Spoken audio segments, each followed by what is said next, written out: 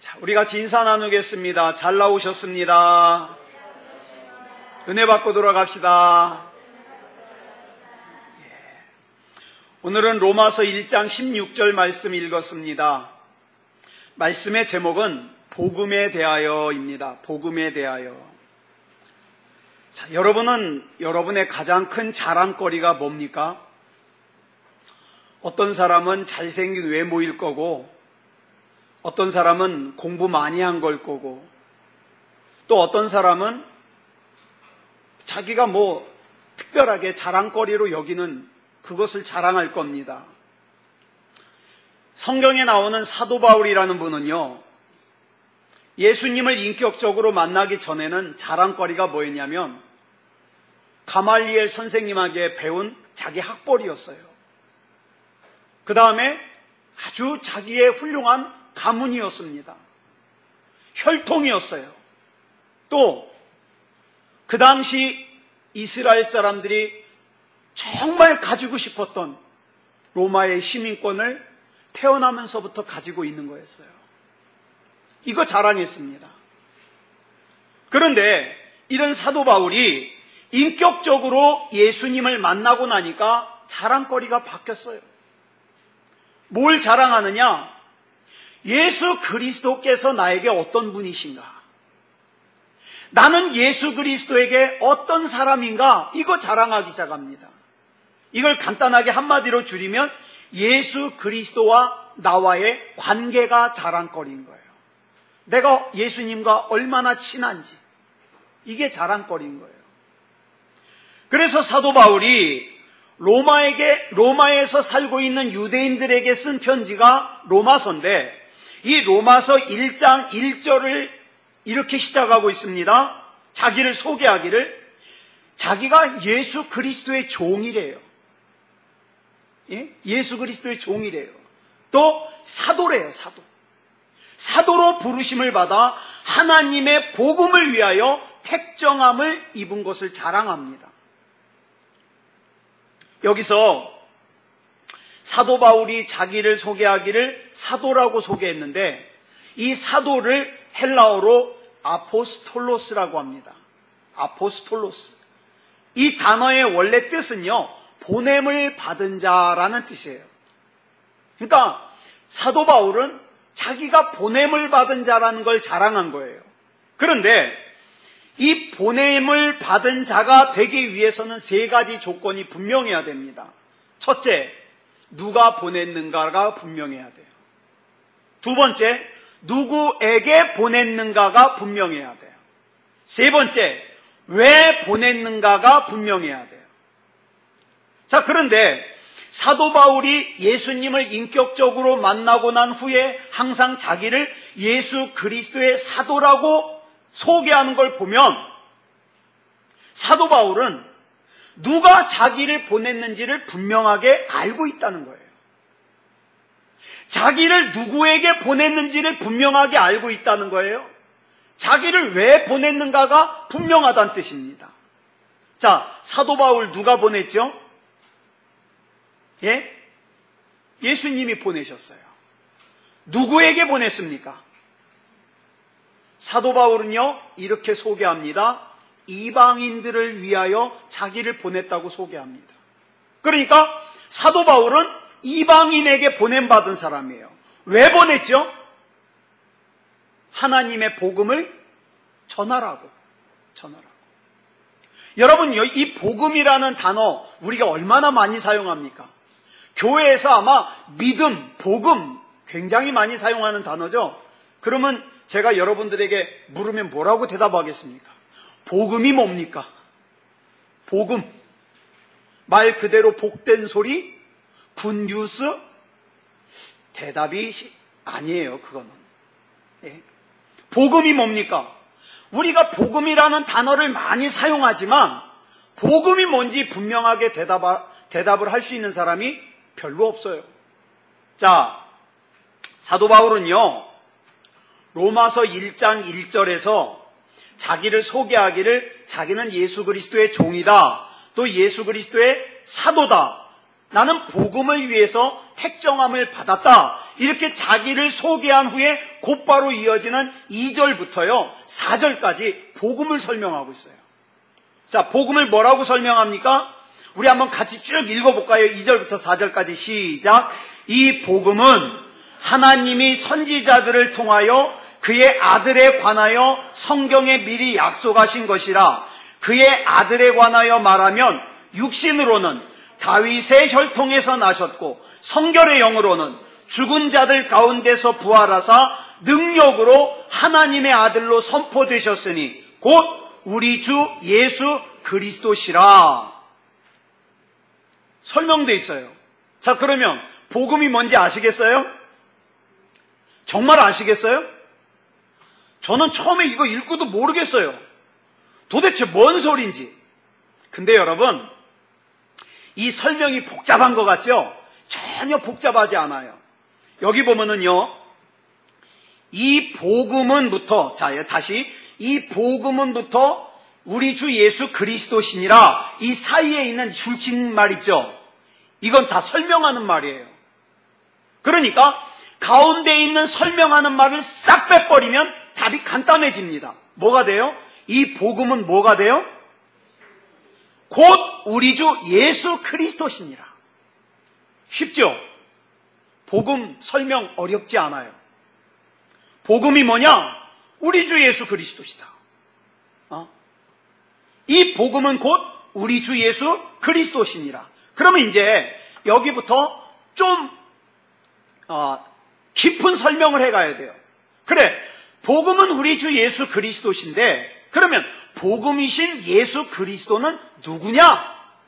그래서 이제 설명하는 게 뭐예요? 중간에 있는 이 말이에요. 하나님이 선지자들을 통하여 그의 아들에 관하여 성경에 미리 약속하신 분이 바로 예수 그리스도시다. 그러면 그 약속하신 게 뭐냐? 그 약속이 뭐냐 하면 육신으로는 다윗의 혈통에서 태어나실 거고 성결의 영으로는 죽은 자들 가운데서 부활하사 능력으로 하나님의 아들로 선포되신 분이다. 이렇게 설명하면 되는 거예요. 그 예수님이 복음이다.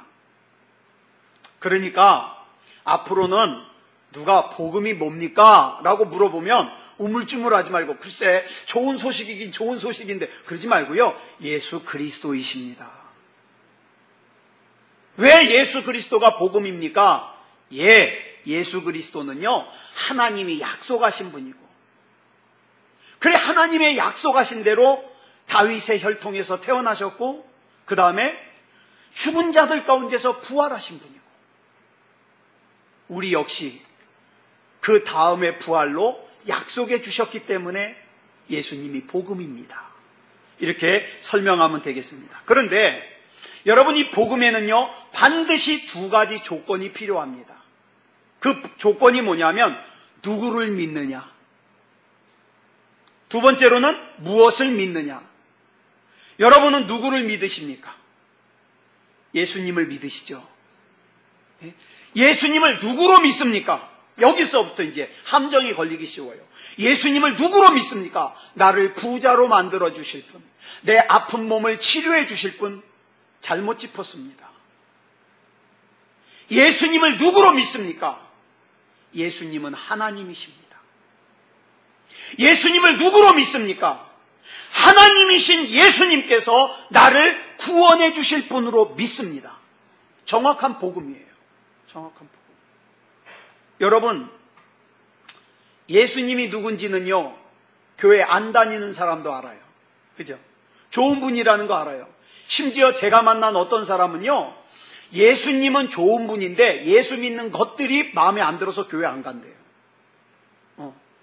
이분은 복음이 뭔지를 모르는 거예요. 예수 믿는 것들은요, 아무리 못되게 살아도 그것들 보고 예수 믿고 안 믿고를 결정하면 안 돼요. 그게 중요한 게 아니에요. 예수 믿는 것들은 상관없어요. 누구? 예수님.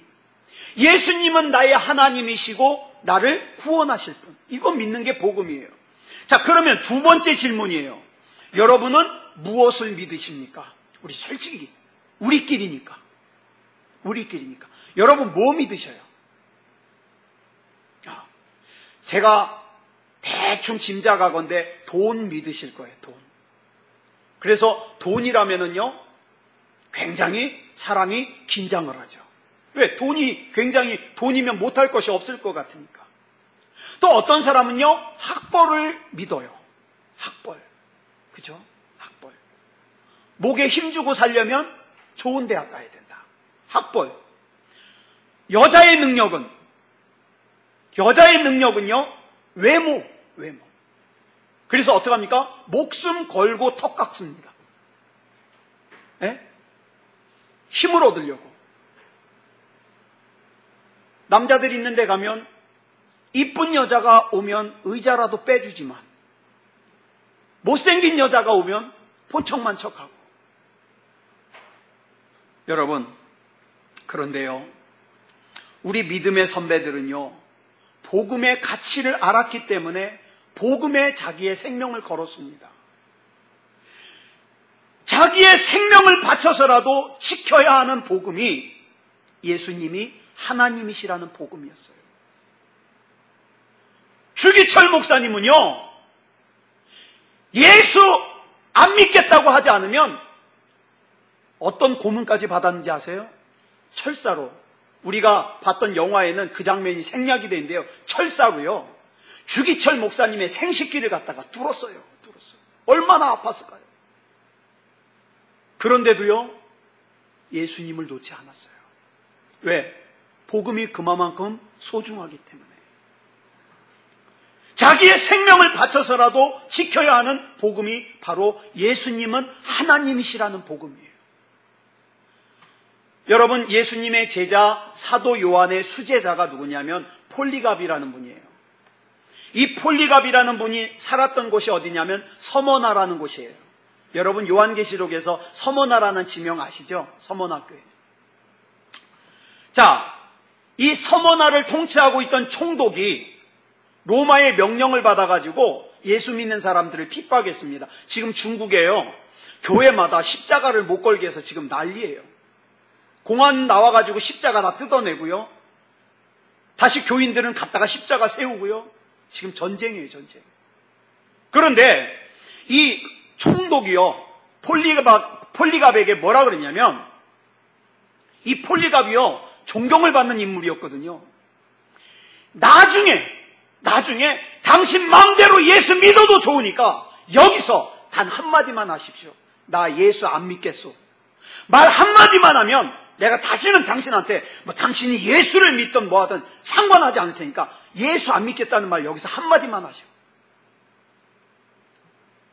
그거 한마디 못해요? 나 예수 이제 안 믿겠습니다. 그러고 가서 예수 믿으면 되잖아요. 그런데 폴리갑이 뭐라 그랬는지 아세요? 나는 지난 86년 동안 예수님을 섬겼어.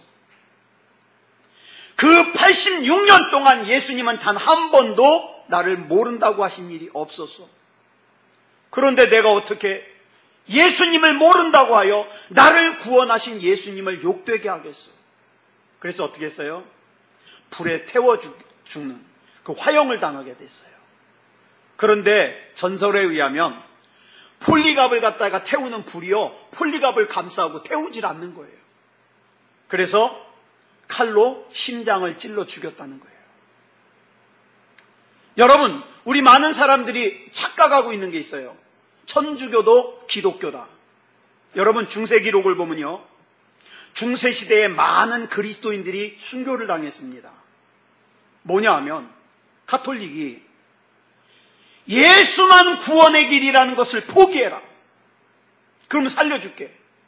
그런데 많은 그리스도인들이 예수만이 구원입니다, 이거 지키다가 가톨릭에게 죽임을 당했어요. 여러분, 그래도 가톨릭이 기독교입니까? 기독교 아니에요. 기독교 아니에요. 이렇게 수많은 우리 믿음의 선배들이 목숨을 바쳐서까지 지키고 싶었던 복음이 바로 예수님은 하나님이시다, 이 복음이에요. 이 예수님만이 나를 구원하실 수 있는 분이다, 이 복음이에요. 이 두 가지에 대한 바른 이해와 확신이 없으면요, 이단에 쉽게 넘어갑니다. 그래서 어떻게 해요? 이만희를 메시아래요. 신천지에 가서 이만희가 메시아고, 그 다음에 하나님의 교회 가서 안상홍은 하나님 아버지, 안상홍의 아내인 장길자는 하나님 어머니, 이 짓 하고 있는 거예요. 여러분, 그런데 본문 16절을 보면 사도 바울은요, 이 복음에 대하여 분명히 이렇게 소개합니다. 내가 복음을 부끄러워하지 아니하노니. 사도 바울의 편지를 보면요, 이런 표현 자주 써요. 복음을 부끄러워하지 않는다. 사도 바울이 왜 복음을 부끄러워하지 않을까? 이유가 이렇게 설명이 되어 있어요. 이 복음은 모든 믿는 자에게 구원을 주시는 하나님의 능력이 되기 때문에. 모든 믿는 자에게. 여러분, 여기 모든이라는 말이 중요합니다. 복음은 절대 사람 차별하지 않아요. 내 마음에 드는 사람 안 드는 사람 차별하지 않아요. 모든 믿는 자에게 인종을 차별하지 않아요. 혈통을 차별하지 않아요. 부자와 가난한 사람을 차별하지 않아요. 복음은 건강한 사람이나 장애를 가지고 있는 사람 차별하지 않아요. 많이 배운 사람이나 적게 배운 사람 차별하지 않아요. 남자, 여자 차별하지 않아요. 얼마 전에 미국에서 이런 일이 있었습니다. 92살 먹은 흑인 여성이에요. 이 흑인 여성이 그 교회에 50년을 다녔는데 그 교회에서 쫓겨났어요. 그 교회 나오지 말래요. 이유가 뭔지 아세요? 50년이나 그 교회에 나온 그 흑인 할머니를 교회에 나오지 말라고 한 이유가 뭔지 아세요? 11조 안 한다고. 11조. 여러분, 교회 아닙니다. 교회 아니에요. 왜요? 교회는 모든 믿는 자에게, 모든 믿는 자에게. 그래서 사도 바울은 이 복음이 좋다고 하는 거예요. 이 복음이 자랑스럽다고 하는 거예요. 교회는 이 복음 위에 세워진 거기 때문에. 여러분, 만약에 저와 여러분이 사람을 차별하면요, 이미 교회 아닙니다. 왜요? 교회는 이 복음 위에 세워진 것이기 때문에 그래요. 부자든 가난한 사람이든 건강한 사람이든 장애인이든 외모가 잘생긴 사람이든 제 맘대로 생긴 사람이든 뚱뚱한 사람이든 날씬한 사람이든 많이 배운 사람이든 글도 못 읽는 사람이든 절대로 차별하면 안 됩니다. 왜요? 교회는 사람을 차별하지 않는 하나님의 복음 위에 세워졌기 때문에. 자, 이제부터 이제 좀 더 중요한 거 살펴볼게요. 자, 본문 18절입니다. 18절 우리 같이 읽어보겠습니다. 시작. 하나님의 진노가 불의로 진리를 막는 사람들의 모든 경건하지 않음과 불의에 대하여 하늘로부터 나타나나니. 자, 하나님의 진노가 불의로 진리를 막는 사람에게 나타난다. 자, 불의로 진리를 막는다. 어떤 사람일까요? 불의한 자. 이 불의는요, 한자로 아니 불자, 옳을 의자. 옳지 않은 사람, 의롭지 않은 사람, 의가 없는 사람을 말해요. 의롭지 않은 사람에게 하나님의 진노가 나타난대요. 진노. 그럼 질문 하나 드릴게요. 사람이 예수님을 구주로 영접하지 않아도 율법만 잘 지키면 의롭게 될 수 있습니까? 없습니까? 예수님을 영접하지 않아도 율법만 잘 지키면 의롭게 될 수 있어요? 없어요? 예? 있습니다. 자, 오늘 드디어 이단이 하나 탄생했습니다. 있습니다. 근데 끝까지 들으세요. 율법만 잘 지키면 의로운 사람이 될 수 있는데 문제는 율법을 잘 지킬 능력이 우리에게 없습니다. 이유를 말씀드릴까요? 율법이라는 것은요, 잘 지켰는데 하나만 어겨도 율법을 안 지키게 돼요. 내가 죽을 때까지 율법 잘 지켰어요. 근데 죽기 5분 전에 율법을 어겼어요. 옆에 있는 사람이 꼴보기 싫어서 죽기 5분 전에 눈을 겼어요. 율법 어긴 거예요. 그럼 그 사람 율법 안 지킨 거예요. 율법을 하나도 안 지킨 사람하고 똑같아지는 거예요. 그러니까 여러분 중에 율법을 잘 지켜서 구원을 얻을 사람은 율법을 하나도 어기면 안 돼요. 진짜 중요한 게 있어요. 이제까지 살아오면서 만약에 율법을 하나라도 어겼으면 앞으로 아무리 율법 잘 지켜도 소용없어요. 이미 율법을 어긴 사람이에요. 그래서 로마서 3장 10절에 뭐라 그랬어요? 시작! 기록된 바 의인은 없나니 하나도 없으며 율법으로 의롭게 될 사람은 하나도 없어요. 이 말은 다시 말해서 이 땅에서 하나님의 진노를 피할 사람은 한 사람도 없다. 자, 그런데요, 이렇게 불의한 자, 이 불의한 자의 특징이요, 본문 19절부터 나와요. 자, 한번 볼까요? 어떤 사람이 불의한 자인가? 시작! 이는, 즉 이는은 뭐예요? 불의한 자는, 이제 설명하는 거예요. 계속 시작! 하나님을 알만한 것이 그들 속에 보임이라. 하나님께서 이를 그들에게 보이셨느니라. 무슨 뜻이에요? 하나님 알아요. 하나님이 계시다는 거 알아요. 그런데 그 다음 볼까요? 시작! 창세로부터 그의 보이지 아니하는 것들 곧 그의 영원하신 능력과 신성이 그가 만드신 만물에 분명히 보여 알려졌나니 그러므로 그들이 핑계하지 못할지니라. 이미 모든 사람들은요, 하나님을 알아요. 알아. 그러므로 나중에 하나님 앞에 심판받을 때 몰라서 그랬어요? 핑계 못 대요. 알아요. 진짜 중요한 말씀이 21절에 나와요. 같이 읽어볼까요? 시작! 하나님을 알되 하나님을 영화롭게도 아니하며 감사하지도 아니하고. 자, 이제 불의한 자의 첫 번째 특징이 나와요. 어떤 사람이 불의한 자입니까? 하나님을 영화롭게 하지 않는. 이미 하나님을 알아요. 하나님이 계시다는 거 아는데 하나님이 계시다는 걸 알면서도 하나님을 존귀하게 하지 않아요. 하나님을 빛나게 하지 않아요. 하나님을 영광스럽게 하지 않아요. 그러면 불의한 자라는 거예요. 죄인이라는 거예요. 하나님의 진노를 당한다는 거예요. 또 하나님께 감사하지도 않아요. 감사하지도 않아요. 여러분, 우리가 흔히 죄라고 하면 어떤 거 생각해요? 간음하는 거, 도둑질하는 거, 추악한 거, 탐욕, 악의가 가득한 거, 시기, 살인, 분쟁, 사기, 악독이 가득한 거, 수근수근하는 거, 음란. 주로 도덕적인 거예요. 윤리적인 거예요. 물론 이런 거 죄 맞습니다. 그런데 사도 바울은 이런 것들을 죄의 첫 번째라고 얘기하지 않아요. 뭐가 죄의 첫 번째냐? 하나님을 영화롭게 하지 않는 거. 어떤 사람이 하나님을 영화롭게 안 할까요?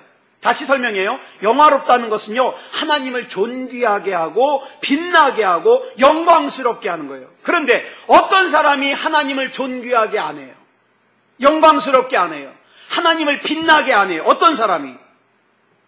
하나님을 하나님으로 여기지 않는 사람들. 자, 하나님을 가장 영광스럽게 하는 게 뭘까요? 예배입니다. 예배예요. 그렇다면 하나님이 살아계시다는 걸 알면서도 하나님을 하나님으로 섬기지 않는 사람들, 즉 예배를 만홀히 여기고 하나님을 만홀히 여기는 사람들은요, 뭐예요? 하나님을 영광스럽게 안 하는 거잖아요.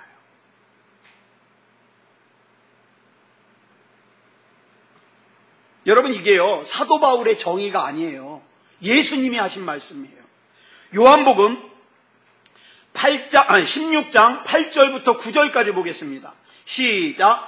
그가 와서 죄에 대하여 의에 대하여 심판에 대하여 세상을 책망하시리라. 죄에 대하여라 함은 그들이 나를 믿지 아니하며. 예수님을 하나님으로 믿지 않으니까 어떻게 해요? 예수님을 하찮게 여겨요. 예수님을 만홀히 여겨요. 그래서 예배를 만홀히 여겨요. 예수님께서 말씀하시는 죄는요, 예수님을 하나님으로 믿지 않는 거예요. 물론 간음도 죄예요. 음란도 죄예요. 사기도 죄고 거짓말도 죄고 부모를 공경하지 않는 것도 죄입니다. 그러나 이 모든 죄의 근본은 예수 그리스도를 하나님으로 믿지 않기 때문에 이런 죄를 짓는 거잖아요. 이것이 불의한 사람의 특징이에요. 이런 사람에게는 하나님의 진노가 쏟아진다. 이렇게 말씀했어요. 이런 불의한 사람에게 나타나는 하나님의 진노. 자, 뭘까요? 하나님의 진노가 어떻게 나타날까요? 그게 이제 본문 24절부터 28절까지 나와요. 이제 우리가 세 구절을 볼 텐데 공통적으로 나오는 말씀이 뭔가를 한번 보세요. 먼저 24절 우리 같이 읽겠습니다. 시작. 그러므로 하나님께서 그들을 마음의 정욕대로 더러움에 내버려 두사 그들의 몸을 서로 욕되게 하게 하셨으니. 자, 그 다음 26절 시작.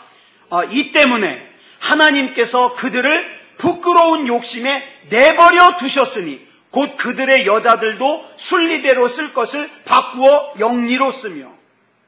28절 시작. 또한 그들이 마음에 하나님 두기를 싫어하며 하나님께서 그들을 그 상실한 마음대로 내버려 두사 합당하지 못한 일을 하게 하셨으니.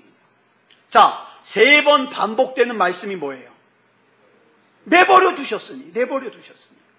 마음의 정욕대로 더러움에 살도록 내버려 두고 부끄러운 욕심대로 살도록 내버려 두고 상실한 마음대로 살도록 내버려 두사 합당하지 못한 일을 하게 하는 거. 이게 진노예요. 왜 내가 예배를 빠졌는데도 아무 일도 안 일어날까? 그게 진노예요. 내가 하나님을 만홀히 여겼는데 왜 하나님이 나를 그대로 둘까? 그게 진노예요. 그게. 진노를 받은 사람들은요, 하나님의 진노를 받은 사람들은 더러운 죄악의 삶을 살면서도 자기 삶이 더럽다는 걸 못 느껴요. 하나님의 뜻에 합당하지 못한 삶을 살면서도 자기 행동에 문제가 있다는 걸 못 느껴요. 이게 하나님의 첫 번째 진노예요. 무서운 심판입니다. 그러면 왜 하나님께서 그냥 내버려 두실까요? 그 죄의 결과로 찾아오는 허무하고 상실된 삶 자체가 하나님의 진노의 심판이기 때문에 그래요. 여러분, 우리 믿음의 사람들만 한번 공감하면 속으로 아멘 해보세요. 자, 예배해야 될 사람이 예배하지 않으면 편해요? 안 편해요? 안 편해요. 불편해요. 기도해야 될 사람이 기도하지 않으면 편해요? 안 편해요? 안 편해요. 편하면 문제 있는 사람이에요. 그럼에도 불구하고 분명히 안 편한데 그럼에도 불구하고 예배하지 않고 기도하지 않으면 그로 인한 허무하고 상실되고 불안한 삶을 살게 되는데 그 삶이 뭐예요? 하나님의 진노다. 하나님의 진노다. 또 있습니다. 정말 내 삶에 하나님이 필요할 때 하나님을 불러도 응답하지 않으셔요. 여러분, 하나님께서 내 삶을 간섭해 주는 게 얼마나 감사한 일인지 아십니까? 혹시 이 시간에 이런 기도 드리지 않으시겠습니까? 하나님, 제 마음에 더러운 것을 더럽게 여길 수 있는 마음을 주시옵소서. 아까 우리 김재원 집사님 대표로 기도하셨는데 지난 한 주간 동안 사시면서 많이 걸리신 것 같아요. 그죠? 하나님, 제 마음에 부끄러운 것을 부끄럽게 여길 수 있는 마음을 주시옵소서. 하나님, 제 마음에 죄를 죄로 여길 수 있는 마음을 주시옵소서. 하나님, 저를 상실한 마음 그대로 내버려 두지 마십시오. 부끄러운 마음에 그대로 두지 마십시오. 내 육체의 정욕대로 살도록 그대로 내버려 두지 마십시오. 하나님과의 관계가 끊어진 상태 그대로 내버려 두지 마십시오. 하나님, 나를 붙잡아 주시옵소서. 나를 간섭해 주시옵소서. 누가 이렇게 기도하시겠습니까? 여러분이나 여러분의 가족들 가운데 지금도 여전히 마음에 하나님 두기를 싫어하고 죄를 부끄러워하지 않으며 죄를 더러워하지 않는 사람이 있습니까? 그러면요, 하나님 앞에 눈물을 흘리면서 기도해야 돼요. 여러분, 우리 가족을 돌이키는 건요, 내 설득으로 되지 않아요. 하나님께서 그 마음을 변화시켜 주시옵소서. 믿음다운 믿음이게 해주시옵소서. 자, 다시 한번 묻고 싶습니다. 여러분에게는 하나님의 복음이 있습니까? 복음이 있으시다면 그 복음이 여러분에게 어떤 대접을 받고 있습니까? 내 삶에 조금만 무슨 일이 있어도 하나님을 하찮게 여기고 예배를 하찮게 여기고 있습니까? 복음이 그 가치예요. 여러분, 그 복음과 뭘 바꿀 수 있습니까? 그 복음의 가치라니까요. 믿음의 선배들은 이 복음을 위해서 생명을 바꿨어요. 인생을 걸었어요. 다시 한번 말씀드립니다. 하나님, 내 마음에 더러운 것을 더러운 것으로 여길 수 있는 그 마음을 주시옵소서. 부끄러운 죄를 부끄러워할 수 있게 해주시옵소서. 죄를 죄로 여길 수 있게 해주시옵소서. 하나님, 내 마음대로 살아서 내가 지금 상실한 상태에 있다면 그 상실한 상태 그대로 나를 내버려 두지 마십시오. 육체의 정욕 그대로 살도록 내버려 두지 마십시오. 내가 이런 죄를 졌는데도 아직도 아무 일도 일어나지 않았네? 또 져야지. 지금 그게 하나님의 진노라니까요. 하나님, 제가 영적인 더러움에 빠져 허덕이지 않도록, 게으름에 빠져 허덕이지 않도록 나를 붙잡아 주시옵소서. 간섭해 주시옵소서. 얼마나 중요한 기도인지 몰라요. 우리 반주 준비해 주시고요. 그래서 오늘 우리가 같이 이 찬양 부르고 기도하고 싶어요. 나 주님의 도움을 받고 싶어서 예수님께 빕니다. 나를 받아주십시오. 나를.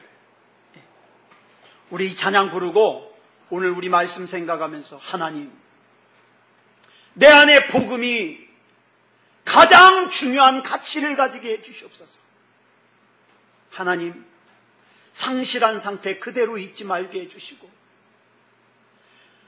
하나님과의 첫사랑을 잃어버렸다면 잃어버린 첫사랑을 회복하게 해주시고, 하나님을 만나 감격했던 그 믿음의 감격을 회복하게 해주시옵소서. 우리 같이 기도했으면 좋겠습니다. 자, 우리 찬양 부르고 같이 기도하겠습니다.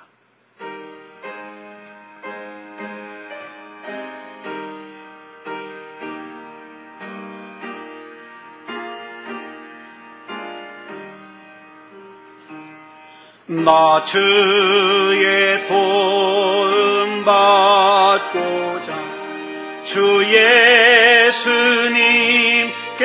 빕니다. 그 구원 허락하시사 날 받아 주소서. 내 모습 이대로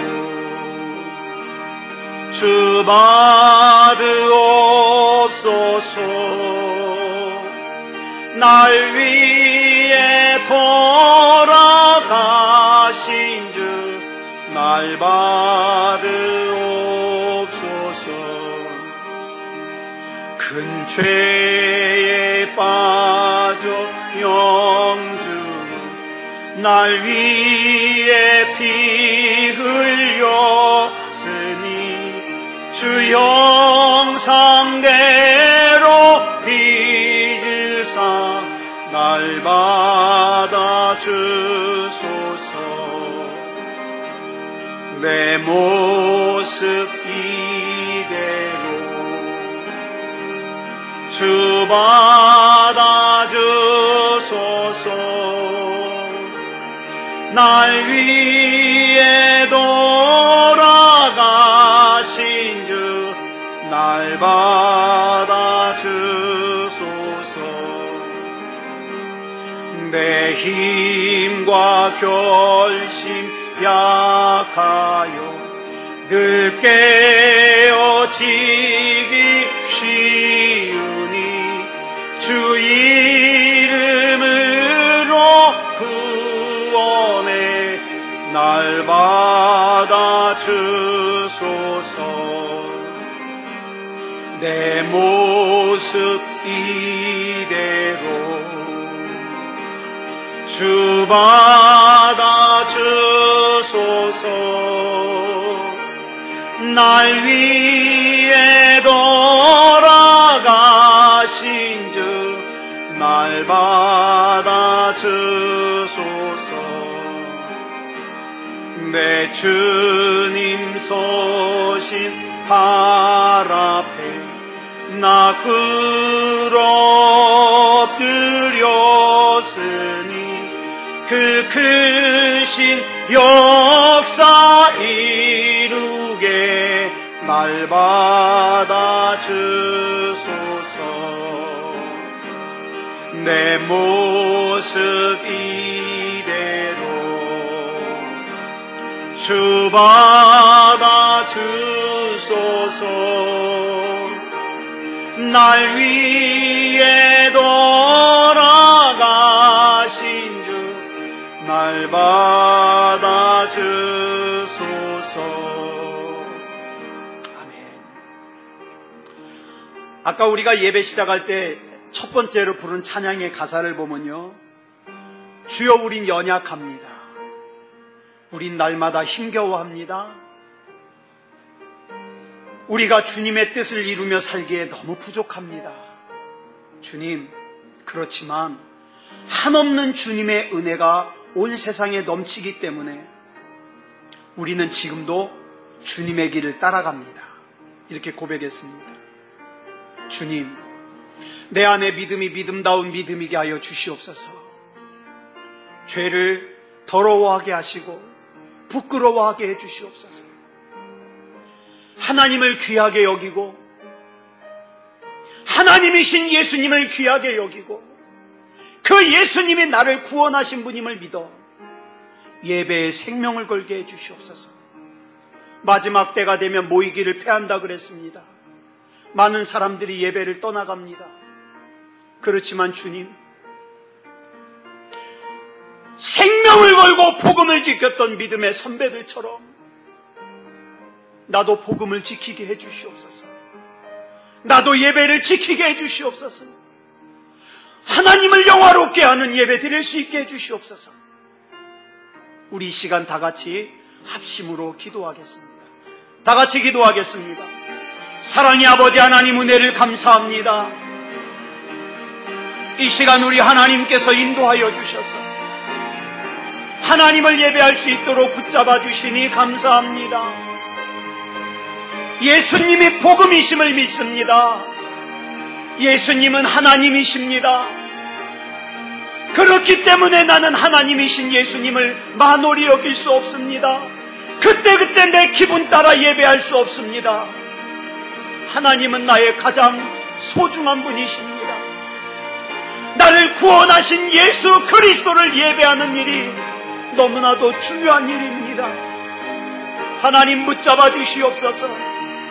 믿음이 믿음다운 믿음이게 하시고 하나님이여 하나님을 영화롭게 하는 예배가 되게 하여 주시옵소서. 하나님이여 죄를 더러워하게 하여 주시옵소서. 죄를 부끄러워하게 하여 주시옵소서.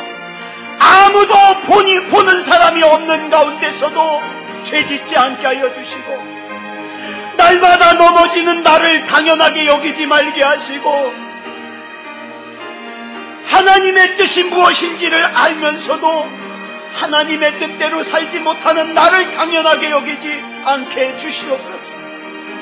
하나님이여, 하나님 안에 바로 살기 원합니다. 붙잡아 주시옵소서.